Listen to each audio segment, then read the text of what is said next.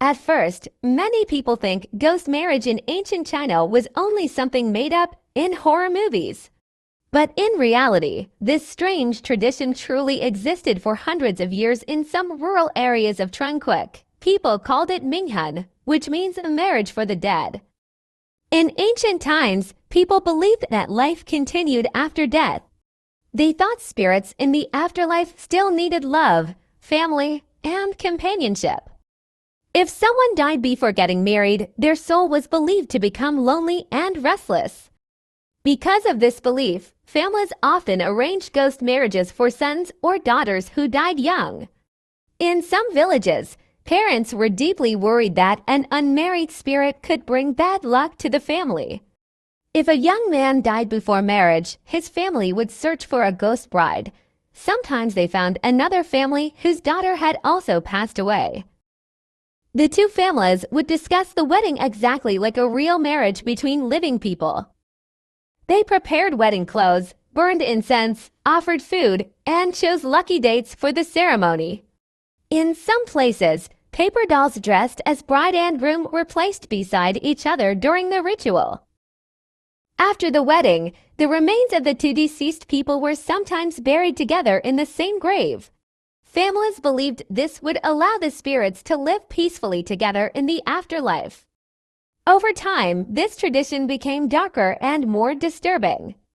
Because many families wanted ghost brides, illegal grave robbing began to appear in some regions. Criminal groups secretly stole female corpses and sold them for ghost marriages. In some rural areas, the price for a young woman's corpse became extremely expensive. Stories about grave robbers spread fear across villages, especially at night near cemeteries. Even more shocking were the cases where living women were forced into ghost marriages. Some young women were married to dead men because of money, family pressure, or old traditions. After the ceremony, these women were expected to live as widows for men they had never even met.